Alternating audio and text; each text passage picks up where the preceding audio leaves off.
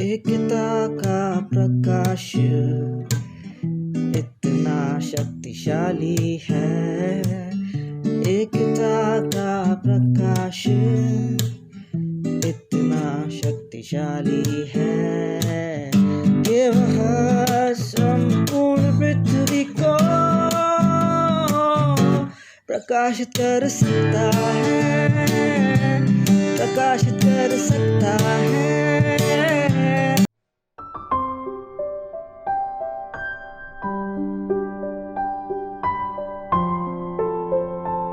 नमस्कार विद्यार्थी मित्र मैत्रिणींनो, आपण ह्याच्या आधीच्या भागामध्ये ऍक्च्युली ग्रामीण विकास ह्याच्याबद्दल चर्चा करायला सुरुवात केलेली आहे. त्यामध्ये विविध योजना ज्या आहेत त्या योजनांबद्दल आपण विचार केला. काही योजना ज्या आहेत ज्या भारतामध्ये आत्ता सर्वांसाठी लागू करण्यात आलेल्या आहेत, काही महाराष्ट्र राज्यामध्ये करण्यात आलेल्या आहेत, त्याची थोडीशी माहिती सुद्धा आपण बघितलेली आहे ह्याच्या आधीच्या सेशनमध्ये. आताच्या सेशनमध्ये किंवा आताचा जो भाग आहे त्याच्यामध्ये आपण गावांच्या पुनर्बांधणीबाबत गांधीजींची काही मतं जी होती ती समजून घेणार आहोत. कारण ती आत्ता सुद्धा अतिशय जसं आपण इंग्रजीमध्ये म्हणू शकतो की ऍप्लिकेबल आहेत, की त्यांचा आत्ता सुद्धा आपण जो संदर्भ आहे तो संदर्भ बघू शकतो आणि ती आत्ता सुद्धा आपल्याला लागू होतात. मग सध्याच्या काळात देशाच्या विविध भागांमध्ये ग्रामीण विकास आणि सामूहिक कल्याणासाठी विविध उपक्रम राबवले जात असताना ग्राम पुनर्रचनेबाबत महात्मा गांधींचे विचार मांडणे अत्यंत आपल्याला फायदेशीर ठरेल असं आम्हाला वाटलं होतं. म्हणून हे जे सगळे विचार आहेत ते तुमच्या समोर गांधीजींचे आम्ही मांडत आहोत. गांधीजींनी ना स्वतःला एक गावकरी म्हणून ओळखलं आणि ग्रामीण भागात राहणंच पसंत केलं. हे सर्वांना माहिती आहे. त्यांनी All India Village Industries Association, All India Spinners Association, Harijan Sevak Sangh अशा अनेक संस्थांची स्थापना केली. त्यांनी या गावांच्या गरजा पूर्ण करण्याचे उद्दिष्ट ठेवले आणि त्यांचे शारीरिक, आर्थिक, सामाजिक आणि नैतिक कल्याण वाढवण्यासाठी स्वतःला त्यांनी समर्पित केले. ग्रामीण विकासाच्या दृष्टीने काय केले पाहिजे आणि काय करू नये याचे अगदी स्पष्ट चित्र त्यांच्याकडे होते. गांधीजींचा ठाम विश्वास होता की भारताचा जो मूळ अर्क किंवा मुख्य सार आहे ते आपल्या खेड्यांमध्ये राहते आणि राष्ट्राचे जीवन मोठ्या शहरांमध्ये न राहता ग्रामीण भागातच घडले पाहिजे यावर त्यांनी भर दिला.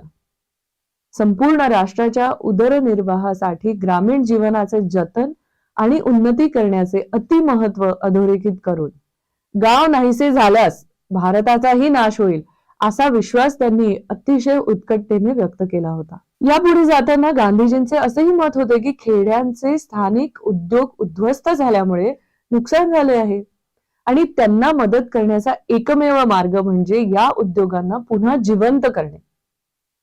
त्यांनी तरुणांना गावोगावी जाऊन लोकांना स्वतःचे गाव स्वच्छ आणि स्वयंपूर्ण कसे ठेवायचे हे शिकवण्यासाठी प्रोत्साहित केले. गांधीजींनी खेड्यांचे स्वप्न पाहिले होते. त्यांचा विश्वास होता की प्रत्येक गाव एक संपूर्ण लोकशाही सारखे आवश्यक गरजांमध्ये स्वयंपूर्ण असावे. शेजारच्या गावांना काही गोष्टींसाठी जर सहकार्य पाहिजे असेल तर त्यांनी ते केलं पाहिजे. तर आपल्या लोकांमध्येही सहकार्याला प्रोत्साहन दिलं पाहिजे. प्रत्येक गावाचे पहिले प्राधान्य म्हणजे स्वतःचे अन्नधान्य आणि कपड्यांसाठी कापूस त्यांनी पिकवायला हवा. गावांमध्ये गुरं चरण्यासाठी मोकळी जागा असायला हवी. तरुण आणि वृद्ध दोघांसाठी मनोरंजन आणि खेळासाठी जागा असावी आणि शेतकऱ्यांनी उरलेल्या जमिनीचा वापर पिके घेण्यासाठी आणि काही नफा मिळवण्यासाठी केला पाहिजे. अर्थातच गांधीजींच्या दूरदृष्टीत प्रत्येक गावात स्वतःची शाळा आणि नाटक शाळा होती. शुद्ध पिण्याचे पाणी आणि मूलभूत शिक्षण, उच्च शिक्षणापर्यंतचे सर्व मार्ग प्रत्येकासाठी उपलब्ध असणे गरजेचे होते. कोणताही भेदभाव किंवा अस्पृश्यता नव्हती. गावाच्या रक्षणासाठी गावातील सैनिकांचा खास गट होता. दरवर्षी गावातील 5 लोकांची एक पंचायत गावाचा कारभार पाहण्यासाठी निवडली जाईल. या पंचायतीकडे सर्व आवश्यक शक्ती आणि अधिकार असतील. ते विधान, न्यायिक आणि व्यावसायिक असेंब्ली म्हणून काम करते. महत्वाचे म्हणजे कोणत्याही बाह्य अधिकाराने, अगदी केंद्र सरकारनेही गावाच्या कारभारात हस्तक्षेप करू नये असा त्यांचा एक दृष्टिकोन होता.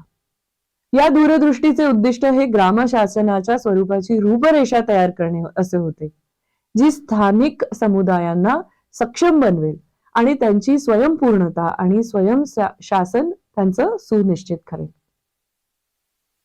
मग पुढे त्यांनी असंही म्हटलं होतं की या ग्रामीण समुदायांकडे कलात्मकता आणि कारागिरीचे कौशल्य असणे आवश्यक आहे. त्याच्यावर त्यांनी खरं तर भर दिला होता, ज्यामुळे त्यांना स्वतःच्या गावांच्या पलीकडे जाऊन उच्च मानल्या जाणाऱ्या वस्तू तयार करणे शक्य होईल. या ग्रामीण भागांचा सर्व समावेशक विकास होत असल्याने ते विविध कला आणि हस्तकलेतील विलक्षण प्रतिभा असलेल्या पुरुष आणि स्त्रियांचे पालन पोषण करतील. या प्रतिभाशाली व्यक्ती त्यांच्या गावकऱ्यांचे मन आणि आत्मा समृद्ध करतील असा सुंदर विचार त्यांनी मांडलेला होता. गांधीजींच्या गावांमध्ये कवी, चित्रकार, कुशाल कारीगर, भाषिक तज्ञ आणि समर्पित संशोधक मिळण्याची अपेक्षा केली जाऊ शकते. अल्पावधीच गावे परिपूर्ण जीवनासाठी आवश्यक असलेल्या सर्व गोष्टी देतील. ओसाड आणि कचऱ्याने ग्रासलेली खेडी पाहून गांधींना खूप वाईट वाटलं. तरी सुद्धा ते आशावादी राहिले की नजीकच्या भविष्यात हीच ठिकाणे हिरव्यागार बागांमध्ये बदलली जातील, जिथे गावकऱ्यांना फसवण्याचे किंवा त्यांचे शोषण करण्याचे प्रयत्न अधिक निष्फळ ठरतील. गांधीजींनी उत्कटतेने गाव पुनर्रचनेचे प्रयत्न त्वरित सुरू करण्याचे आवाहन केले. ते केवळ अल्पकालीन उपक्रम नसून शाश्वत आणि चिरस्थायी वचनबद्धता असावी यावर त्यांनी सतत भर दिला. उद्योग, कौशल्य, शारीरिक स्वास्थ्य आणि शिक्षण ह्याच्या सुसंवादित एकात्मतेला त्यांनी खूप महत्व दिलं. ही प्रगल्भ तालीम नई तालिमीच्या संकल्पनेत स्पष्टपणे मांडली आहे. नई तालीम मध्ये उद्योग आणि शिक्षण वेगळे करता येत नाहीत आणि दूर नेता येत नाहीत असं त्यांनी सांगितलं आहे. उलट उद्योग ही शिक्षणाची पद्धत म्हणून काम करते. या दृष्टिकोनातून असे सुनिश्चित होते की शिकणे केवळ वर्गापुरते मर्यादित नाही, तर ते व्यावहारिक वास्तविक जगातील अनुभवांमध्ये खोलवर अंतर्भूत आहे, ज्यामुळे शिक्षण आणि उत्पादनक्षम कार्य यांच्यात अखंड संबंध निर्माण होतो. मग अशी गावं बांधणे हे आव्हानात्मक काम नाही असे गांधीजींनी ठामपणे सांगितले. असे गाव विकसित करण्यासाठी एखाद्या व्यक्तीचे संपूर्ण आयुष्य लागू शकते, परंतु ते पूर्णपणे व्यवहार्य आणि साध्य करण्यायोग्य आहे. ही दूरदृष्टी प्रत्यक्षात आणण्यासाठी समर्पण आणि सातत्यपूर्ण प्रयत्न या दोन गुरुकिल्ली आहे. गांधीजींनी असाही दावा केला आहे की खरे अर्थशास्त्र कधीही सर्वोच्च नैतिक मानकांच्या विरोधात लढत नाही, ज्याप्रमाणे खरे नीतिशास्त्र आणि त्याच वेळी चांगले अर्थशास्त्र हे सुद्धा असले पाहिजे. खरे अर्थशास्त्र म्हणजे सामाजिक न्याय हे सर्वांच्या चांगल्या गोष्टींना समानतेने प्रोत्साहन देते. दुर्बलतेसह आणि सभ्य जीवनासाठी हे अत्यंत अपरिहार्य आहे असं त्यांनी म्हटलं होतं. चरख्याद्वारे खेड्यातील भारताचे पुनर्जीवन करण्याच्या गांधीजींच्या कल्पनेने अनेकांना विसंगत वाटले, परंतु त्यांच्या मृत्यूनंतर त्यांच्या युक्तिवादाच्या तर्काने अधिक जोर धरला. गांधीचे आर्थिक आदर्शवाद सर्व यंत्रसामग्री नष्ट करण्याविषयी नव्हते, तर त्यांच्या अतिरेकाचे जे नियमन आहे ते करणं हे महत्वाचं होतं त्यांच्या दृष्टीने. खादीला उत्पादन आणि उपभोगाचे विकेंद्रीकरण आवश्यक आहे, जे उत्पादनाच्या स्त्रोताच्या शक्य तितक्या जवळ घडले पाहिजे. अशा स्थानिकीकरणामुळे खर्चाची पर्वा न करता उत्पादनाला गती देण्याचा मोह दूर होईल आणि अयोग्यरित्या संरचित आर्थिक व्यवस्थेला मध्ये ज्या काही समस्या आहेत त्या दूर होतील असं गांधीजींनी सांगितलेलं होतं. स्वदेशी बद्दलच्या गांधीजींच्या कल्पनांचा सारांश त्यांच्या भारतातील पहिल्या मोठ्या संघर्षादरम्यान मांडण्यात आला आहे आणि पुढील 3 दशकांमध्ये त्यांनी अनेक वेळा त्या विचारांचा शब्दशः पुनरुच्चार केला आहे.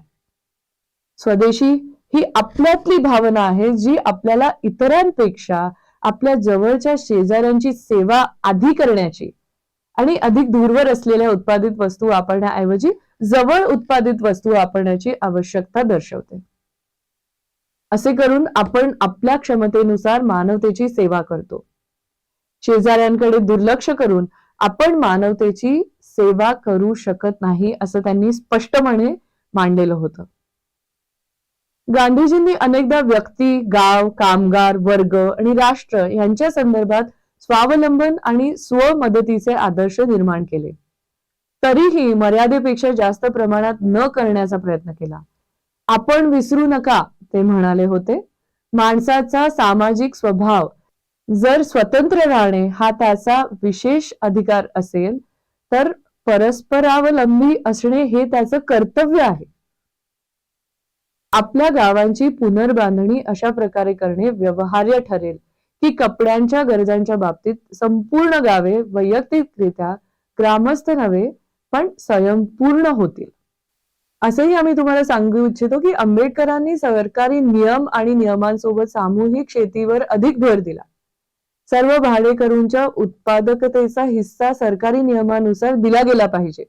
राज्याने शेतीसाठी पाणी पुरवठा, पाळीव प्राणी म्हणजे शेतीच्या कामात मानवांना मदत करण्यासाठी पाळीव प्राणी, खत, बियाणे इत्यादींसारख्या संसाधनांसाठी वित्त पुरवठा करणे, कृषी उत्पादन वाढवणे हे सरकारचे कर्तव्य आहे असं त्यांनी म्हटलं होतं. त्यांनी औद्योगिकरणाला शेतीतील सर्व रोगांवर रामबाण उपाय म्हणून संबोधित केले.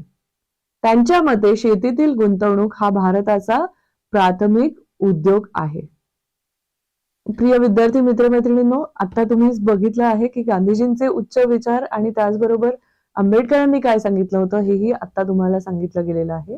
यानंतर एक अध्ययन कृती तुम्हाला दिली गेलेली आहे की गांधीजींच्या ग्राम पुनर्रचनेबद्दलच्या विचारांबद्दल एक मनाचा नकाशा तुम्हाला तयार करायचा आहे, म्हणजेच माइंड मॅप, आणि तो डिस्कशन फोरम वरती पोस्ट करायचा आहे. इथे आपला हा भाग संपलेला आहे. धन्यवाद.